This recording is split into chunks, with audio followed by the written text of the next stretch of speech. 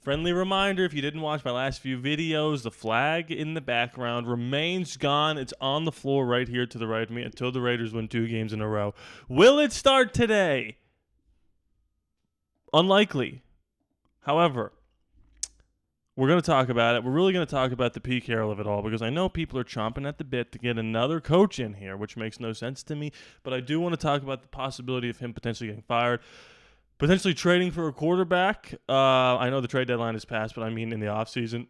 I have this harebrained scheme that I think could work and solve a lot of emotional problems that a lot of us Raider fans are still dealing with since the departure of a certain quarterback. And I want to talk about, obviously, the Denver Bronco game. But before all that, I do want to remind you guys the Discord. I feel like I don't push the Discord enough. It's completely free. Link's in the description below. If you have the Discord app already, you just have to look up ALLaBorde Raiders Discord. You can join it. We're talking all the time about trades, draft, game day. We're going to be in there all night talking, so just get in there. I'm in there. We're always talking. Will Pete Carroll be a one-and-done coach? The answer to that is a more complicated one, right? But I think on the surface, it is probably not, and that is the right move. I know people are going to say, but Rodney, they looked better with Antonio Pierce than they did, blah, blah, blah, blah. First of all, that's not true. This team has had just as many frustrating losses as the Antonio Pierce team and pathetic performances, but the wins that team had don't compare to the wins like that we have. Like, in the Titans game, like, we controlled that whole game, right? In the Patriots game, we controlled that whole game. In the Jaguars loss, we played pretty well. Okay, when we started out 2-2 with Antonio Pierce, we were down 10 points, I think, to the Deshaun Watson Browns and had to scrap our way back. And we played 3 horrible quarters against the Ravens, and in the fourth quarter, the Ravens threw up on themselves and we won. And then we didn't lose another game. Didn't win another game until 10 weeks later or whatever it was. And there was a lot of stinkers in between. And may I remind you that the beginning of that season had Brock Bowers, Jacoby Myers, Devontae Adams on the team. Like, that offense had more going for it than this offense except for the quarterback. Now, we didn't foresee Geno Smith being as bad as Gardner Minshew. And I've been saying this since week 3. This season is not complicated. This is not rocket science. This isn't, should we move this guy to this position at the offensive line? This isn't starting this corner. This isn't blah, blah, blah, blah, blah. If Geno Smith played solid in some of these games, we would be right around 500, and we'd all be saying, okay, kind of what I expected. But you lose a game to the Bears on a blocked kick, and you lose a game where the guy makes a 68-yard field goal. And, Tyler Lockett's, again, doing jumping jacks in the end zone, and DeGeno double clutches, and he gets the ball tipped. If you win those 2 games, right, instead of having 2 wins, you have 4 wins. Instead of having 6 losses, you have 4 losses. You're 4-4 right now. Like, that's not that bad.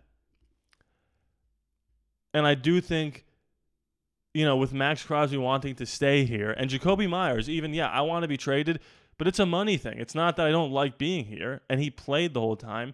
It shows you that Pete Carroll, it's a different vibe than a Josh McDaniels or than a, Antonio Pierce. Like, it's an adult in the room.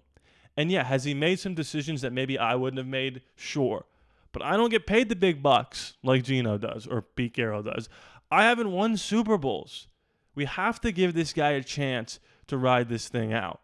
And Mark Davis here, who, I will say this, I think he is a good owner. Some people don't want to hear that, but it is what it is. Mark Davis says you have to have faith in people you hired, and I do. This was after the Chiefs game. He said he was not happy. Vinny said the Raiders are now 2-5. We read a little bit of this, but they talk a little bit about, and I think this is interesting, Mark Davis's approach with the aces. Vinny says, I don't know, is this Vinny? No, it's not Vinny, but it's Pro Football Talk. In large part because of his recent experience with another Las Vegas franchise he owns, the NBA's Aces. When the club fell to 14-14 on the season in August and lost by 53 points, he noted he started questioning everything, but he stayed the course. I have faith in the leadership that I hired. The Aces, of course, just won their 3rd straight WNBA championship in 4 seasons earlier this month. Davis wants to take a similar approach with the Raiders. It's unbelievable, and I was given that opportunity. I have to have that mindset. You always question, but as I did with the Aces, I had faith in the leadership, just as I have faith in the people that I had hired as the head coach and general manager, and I'm going to let them do their job and see what the results are. I told them I'm not looking for apologies. I'm looking for answers. So it's up to Carroll and Spytek and the rest of the Raiders to come through. You have to have faith in the people you hired, and I do. You've got to give them a chance to do the job, and I totally agree.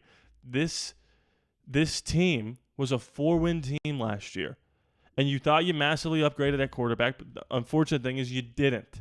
But when Brock Bowers is out there, it seems like Geno Smith can be the better version of himself. Now, we're going to get into this Denver game, and I do think this could be a weird turning point in the season for a lot of reasons.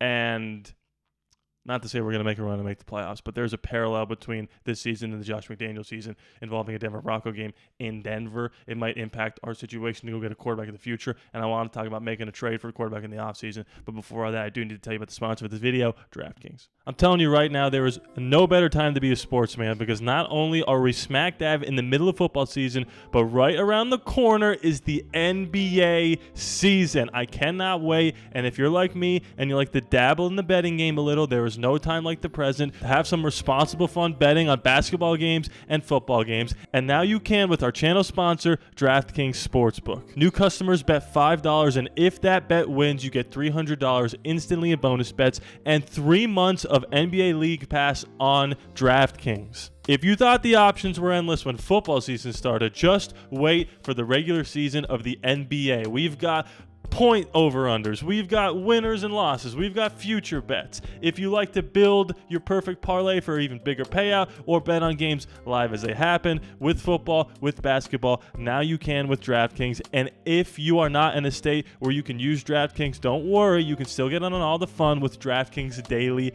Fantasy. The next great touchdown is coming, and the next great buzzer beater is coming, and you can bet on it.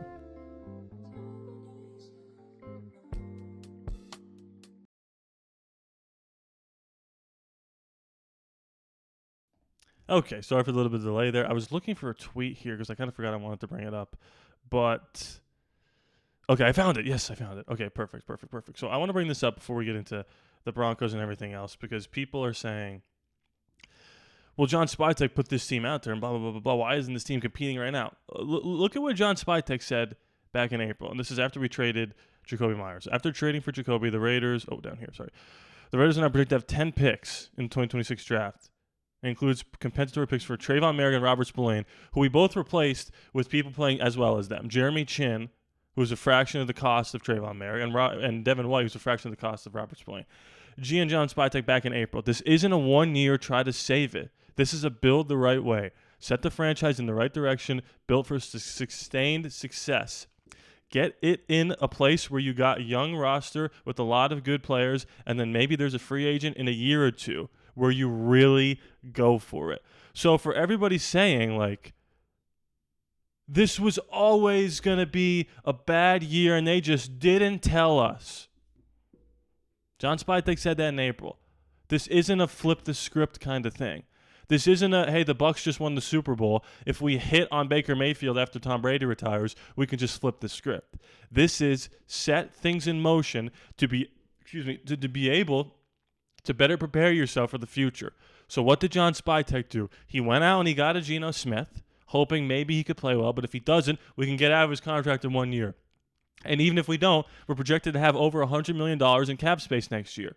You've got some solid rookie linemen in DJ Glaze and Jackson Powers-Johnson, who didn't get traded, by the way. Oh, but he's going to get traded at the trade deadline because they hate him. 0 for 1 on that. Everybody predicting that. And you've got your focal points of the offense. You've got your future running back in Ashton Jeanty, who's a stud, and you've got Brock Bowers, who's maybe the best number one option in the entire league.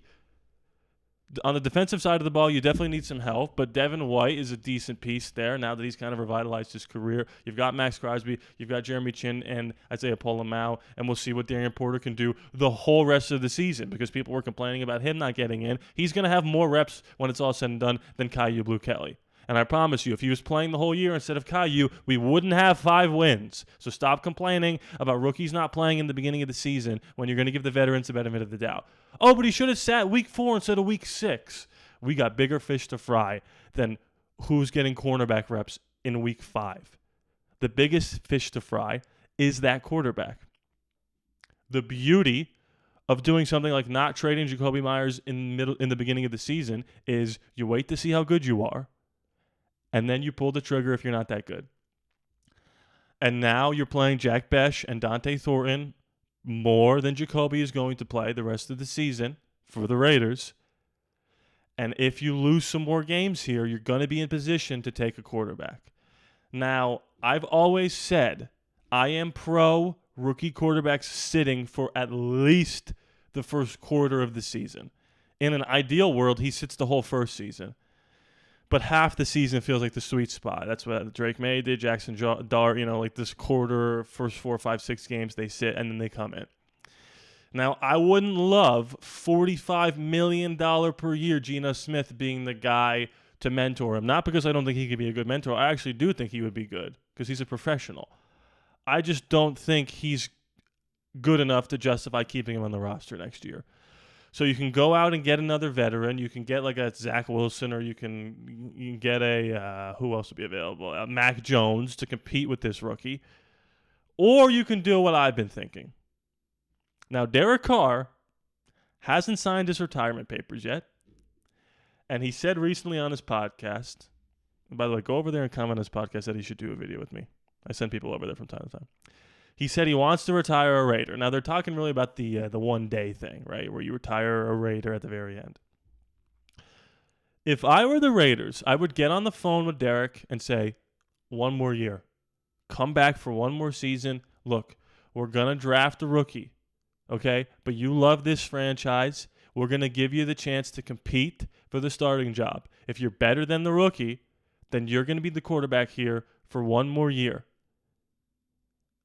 But we also need you to come in here and mentor and usher Fernando Mendoza or Dante Moore or Lenora Sellers or Nussmeier or Arch or whoever's going to be on our team. You love this franchise. We're going to give you, a $10 million deal, a $20 million deal, half of what Geno's making, less than half. You're going to start. And if we think the rookie's ready to go, he's going to go in. But we need you to usher in the next great quarterback of the Las Vegas Raiders. I think he would do it, and I would also do it. And then you're on, like I've said before, year 2 of Ashton Genty, year 3 of Brock Bowers, year 3 or 4 of Trey Tucker. You've added probably some pieces in the draft on the offensive and defensive lines. You had $100 million in cap space to work with. Maybe you extended a Brock Bowers. I don't know. There isn't many more extension candidates after Jakobi Meyers departing. So you've got flexibility next year to be really competitive. But you need a quarterback you can trust, not only to play well, but to mentor these guys. And I trust Derek Carr's ability to run Chip Kelly's system if he's still here, or if it's like a Mike McDaniel. And I trust Derek to be the ultimate perfect mentor. So if you have to give a 5th-round pick to the Saints and sign Derek on a 1-year, $25 million deal, I would do it in a heartbeat. And if this video going crazy viral is what it takes, then share it with everybody you know. Hit that like button, man. Get this thing out there. Maybe I'll turn this into a short. Let's get Derek Carr back on the team for one more year. And don't get it twisted. This isn't a Derek Carr apologist or whatever. I think he'd be the perfect guy to mentor the next great Raiders quarterback, and he loves this franchise, and I think he'd be willing to do it for one more year. He had time with his family. Now, Derek, come back. One last ride, right off into the sunset, ushering in Fernando Mendoza into the silver and black. I like that idea. Now, the Denver Bronco game is an interesting game. I think we're underdogs by like 8.5-ish. Their offense isn't that good, and their defense is phenomenal. We're kind of in the opposite spot. Our offense isn't that good, and our defense is okay. Our offense played better, but now with Jakobi gone, I don't know. I don't foresee Jack Besh having a breakout game. Maybe he does. But I will say this. Denver usually is a weird spot for us. We were 2-7 in the Josh McDaniels season, and we beat Denver in overtime. Devontae Adams wide open. After that, we won 3 more games. We won in Seattle, Josh Jacobs' 300-yard game. We won against the Chargers. Sorry, that was our 3rd win. So we Denver, Seattle, and then the Chargers, and we were 5-7, I believe, going to play the Rams Thursday night with Baker Mayfield off of like 2 days practice, and he beat us, and that was the end of it. But that was a big run, and that was when we were 2-7, and then we were right back in the thick of things. We're 2-6 right now.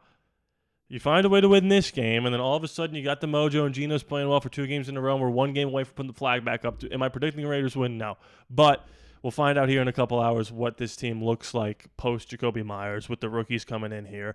And, I do believe in John Spytek and Pete Carroll. I don't know. Chip Kelly's up in the air. I like the way his offense looked this season, and he seems to be willing to adapt. Like he played a kind of a fullback with Michael Mayer, which is what we were asking him to do. So, I know it's frustrating. Have a little bit of patience. Look, I'm a Jazz fan. Walker Kessler's out for the year. My teams, if the Penguins weren't good this year, I think it would be tough. It'd be tough for me. It'd be tough sledding. Thank you guys so much for watching. I feel like this was a good video. This was like a good, meaty, 16-minute video. What do you guys think? Hit that like button. Comment away. Join the Patreon or my YouTube members. That's all linked in the description below. Shout out to DraftKings. Use that. It does help the channel out tremendously. Please be sure to subscribe. This for after no charge. I love you guys. And I'll see you next time.